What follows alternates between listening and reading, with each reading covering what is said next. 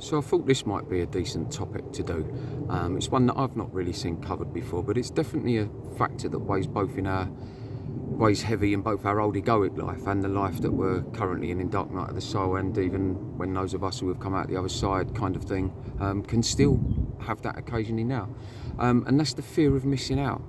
Now I think we all kind of get the basis of what fear of missing out is, but I think in order for us to really try and understand how that can affect us in the Dark Night of the Soul, we need to first sort of understand why we used to do that, why we do have a fear of missing out of things. And it's ultimately because the true us has never been in existence, really, or it's been existence, but it's been buried underneath our ego and we didn't know that was happening. So you could say, for want of a better word, it's never been in existence.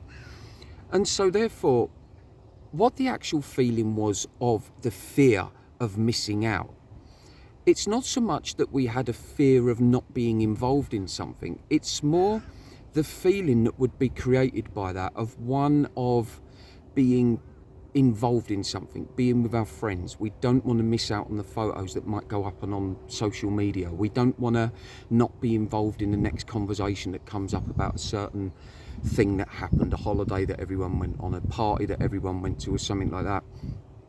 It's more the feeling of that creates. It's not the actual event that we might be worried that we're missing, it's the feeling that the event would create in us afterwards. So we all have this fear of not wanting to miss out on that. And really that's something that goes quite deep, because the only reason that we would be chasing that feeling anyway, or wanting to go out, to keep it simple for the video, we'll say that. So the only reason we'd be wanting to go out anyway is because our real self is not in existence. Because our real self probably wouldn't want to go and do the thing that it is that we all end up doing all the time. And those of you that are now in the Dark Night of the Soul and you're kind of feeling very lonely, but you quite like the solitude, maybe now that kind of makes sense what I'm saying.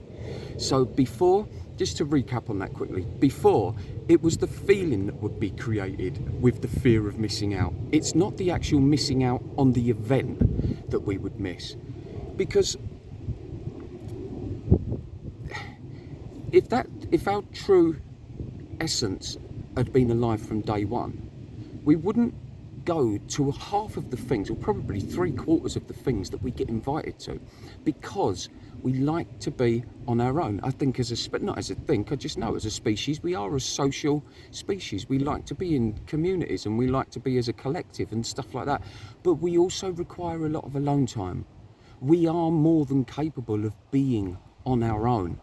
We just don't think we are, because everything has been planted on top of us and has pretty much laid a blanket over our complete consciousness for our entire lives.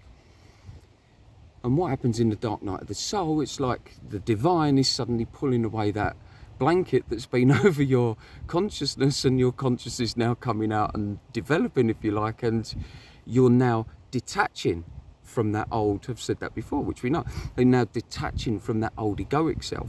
But here's the catch with the fear of missing out. As you develop into your new spiritual being, that new spiritual being is still susceptible to some of the old egoic feelings that only it would know, because it's all it's ever known. The new thing, the new essence of you has never experienced anything, remember, so it doesn't know how to deal with anything. So whilst it's not knowing how to deal with anything, it's going to refer back to the one thing that it probably knew how to do, which was rely on the ego to guide it. So it's now this new essence of you is having the fear of missing out on the old ego. And the old ego would be going to these parties and would be taking part in these events and saying yes to most of the things in life, purely because our true essence has never been real. It's doing the one thing that the ego thought it was real. You have to remember this, your whole life, the ego thought it was real. The uncomfortable feeling that we had, say the anger that might come up sometimes, or the frustration in life, like, oh, there's got to be more to it than this, or, oh, my boss is such a tosser, and, the anger that we might have felt, that was our essence. trying to come out, trying to express itself. But the ego would push that down. And the more it would push that down, the angrier, if you like, or the more frustrated our old essence could get. But because until the point when we split, we never actually know that there are two of us, if you like, the egoic side and the essence of ourselves, the pure self. Because we never know that, we kind of always associated that our essence, our pure self, we just thought that was anger. Or we were frustrated. It wasn't. It was your pure self knocking on the door saying, hey, you don't want to go and do that thing. You don't want to go and take that job. You don't want to be in that relationship anymore. You know, you should never have let that person speak to you like that. You should never have, I don't know, you should never have done whatever it was that we wanted to do that ultimately created resentment in ourselves, towards ourselves, and also towards the person or persons that we might have gone along with to keep them appeased. We've actually done that at a detriment to ourselves. And the thing is, now the new pure you is being exposed. Not only does it not know what it likes, that's the big key to it, because you're still establishing what it is in life, that what you like, what path you want to go down. So you're kind of naked there at the moment. That's why there's this draw in you that you're missing out on something that's going on. But what you're missing out on is the egoic life, which isn't missing out. And the other thing is, what we really should have a fear of missing out on is us, is our true self, is the pureness of us, the one that would say no, or the one that would say yes if it's something, you know, we want to do. But ultimately, saying no, our pure self would say, no, you guys go along, that's cool, I'm going to stay here. And then you stay here, whatever it is, doing whatever it is you're doing, nothing, hopefully. And you might consider that to be boring, but once you start relishing into your new pure self, once you stop being so judgmental of that, once you stop asking the questions of that and just become at ease with the person that you now are or are becoming, staying where it is that you are while the other people go out and indulge in their egos. Don't forget, guys, they don't know they're indulging in their egos, so they're chasing after all the things that they think they should be chasing after in order to get the recognition that they're desiring. And the only reason they're desiring some kind of recognition from people is because they have never met them true selves, so they don't actually know what they like. And that's why if you sit 9 out of 10 people down and you say, what would you really like to do with yourself? They say, I don't know. Or they think of a monetary term. That instant thing to think is, what would I like to do for a living? If you ask someone like me, what is it I would like to be doing now? This is right here. This is it. There's nothing else for me to do. This is where I indulge in my pureness. I have a message to get out and I like getting it out. And you guys seem to be taking stuff from that, which is just also, how wholesome is that when you think about it?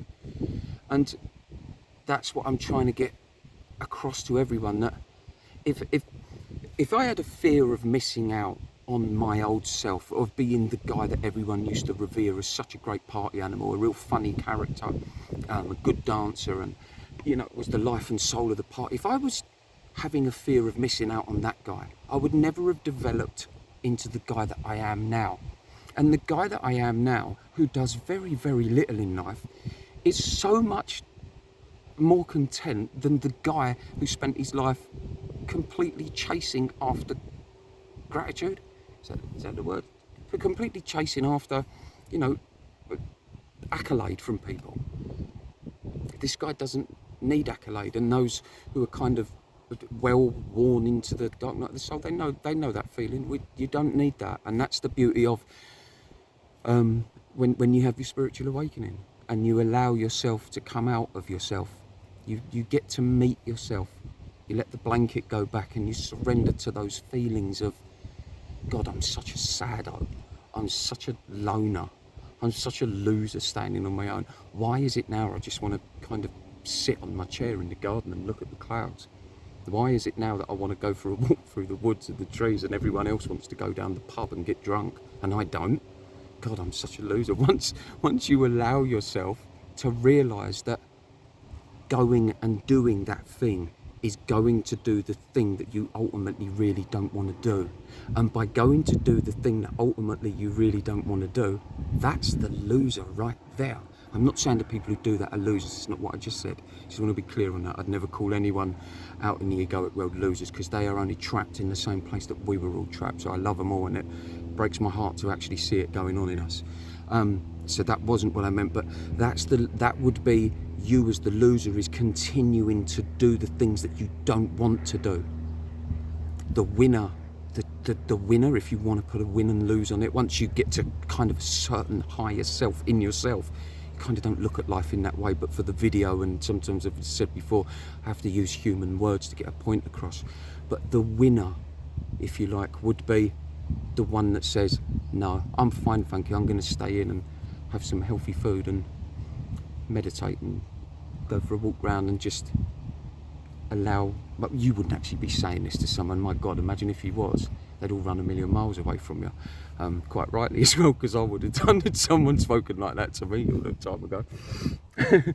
But see, this again, this is the beauty of the dark night of the soul. Sometimes we can get so caught up with it, we can get so serious behind it, and although some of my messages are deep and stuff like that, you'll probably notice I do giggle quite a lot through them, and that's because it is ultimately, we have to be light about it, because if we stay so intense with it, what's the point in being blessed with a spiritual awakening and having the dark night of the soul if we're going to really stay in there and judge ourselves at staying in there in every single move we make? Just be in it and just allow it to just be whatever it's doing, and it will take care of itself. It really will. You don't have to answer any questions. It will just take care of itself if we allow it to. I think that's all. I want to say. Hey guys, look, I got a microphone. We're getting really professional here, so I hope my voice is at the right level, because I'm trying not to shout, but at the same time I'm also trying not to sound like one of the people who are very calming and very soothing. I'm trying not to be like that, so there's a little bit of my ego kicking in there. Anyway guys, look at this gorgeous, lovely, beautiful day. Getting out in nature and spending some time alone is non-negotiable in this whole phase. I will say that pretty much on every video, because it is absolutely so vital to your healing, if you like. If we look at it like that, it's a great way to. It's just beautiful out here. You have to be outdoors. Anyway, guys, I'm going to love you and leave you. I hope you're all having a great week. I will do another video tomorrow, and as always, guys, don't forget. You can leave topic choices if you want, and I'll kind of dig my journals out and get out my old information, what it was. But I hope you found that interesting. I hope you, as always with these videos, I don't think everyone's going to take the whole video and it's going to transform their life, but if there's one or two little lines in there sometimes that you think, oh, I never thought of that, then that means I'm doing my job well. Yeah, so anyway, guys, have a great week. I love each and every one of you. Thank you very much to all the new subscribers, and for everyone who's commenting, and to all the guys who email me all the time. You're wonderful. Right, love you all. Take care, guys. Thank you.